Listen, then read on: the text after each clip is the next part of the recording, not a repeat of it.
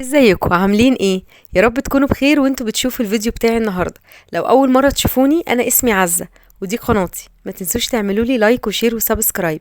النهارده ان شاء الله هعمل معاكم عصير الجوافه باللبن. هعمله بطريقه سهله جدا. هنضيف بس مكون واحد هيخلي الجوافه باللبن معاكي طعمها كريمي جدا وجميله. هتحسي ان انت بجد بتشربيها في افخم المطاعم. لو اي حد جاي عندك اعملي الجوافه باللبن بطريقتي وبجد هتشرفك جدا. اول حاجه عندي 6 حبات من الجوافه. اهم حاجه اوعي تشيلي البذر بتاع الجوافه. احنا هنعصر الجوافه بالبذر وبعد كده هنصفيها. لان البذور بتاعت الجوافه دي هي اللي فيها كل الفوائد، وكمان بيبقى فيها طعم مسكر بتخلي الجوافه بتاعتك حلوه جدا. انا هنا حضرت الخلاط بتاعي. هنزل بكوبايه من اللبن عليها كوبايه من الميه.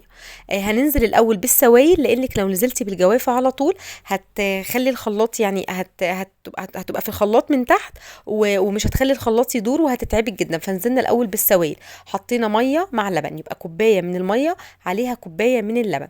وبعدين نزلت ب5 معالق من السكر. طبعا مقدار السكر ده يرجع لك، ممكن تنزلي باقل وممكن تنزلي باكتر. وكمان عصره ليمونه، دي بتخلي الجوافه تفضل معاكي في التلاجة باليومين وبالتلاتة محتفظه بلونها وما تسودش خالص منك او تغمقه او اي حاجه. هعصر الجوافه باللبن بتاعتي كويس. وبعد كده الاضافه بقى اللي احنا هنحطها سوا معلقه كبيره من اللبن البودره. عايزه اقولك اللبن البودره في الوصفه دي بيخلي الجوافه بتاعتك يعني بجد بيوديها مكان تاني خالص. بيخليها كريمي جدا جدا وبيعزز النكهه بتاعه الجوافه باللبن. بجد جربوا الجوافه باللبن بالطريقه دي وبجد هتفرق معاكم جدا. انا هنا حضرت السليم لاين بتاعي. بصي ممكن تحطيها في شفشه، ده سليم لاين انا جايباه من تبر. عايزه اقول لكم حلو جدا جدا. بيخلي الجوافه باللبن تقعد فيه بال5 ايام في التلاجة، ما بيجرالهاش اي حاجه. هنا بقى حضرت الكوبايات بتاعتي عشان اوريكم بقى. بصوا عايزه اقول لكم ان يعني الجوافه باللبن هي مش تقيله مش خفيفه، مظبوطه جدا جدا. السكر مظبوط جدا جدا. الطعم كريمي وبجد بجد هتعجبكم.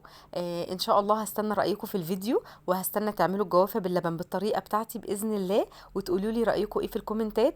وما تنسوش بقى تعملوا لي لايك وشير وسبسكرايب، واستنوا مني فيديوهات تانية كتير بطريقه سهله وسريعه باذن الله.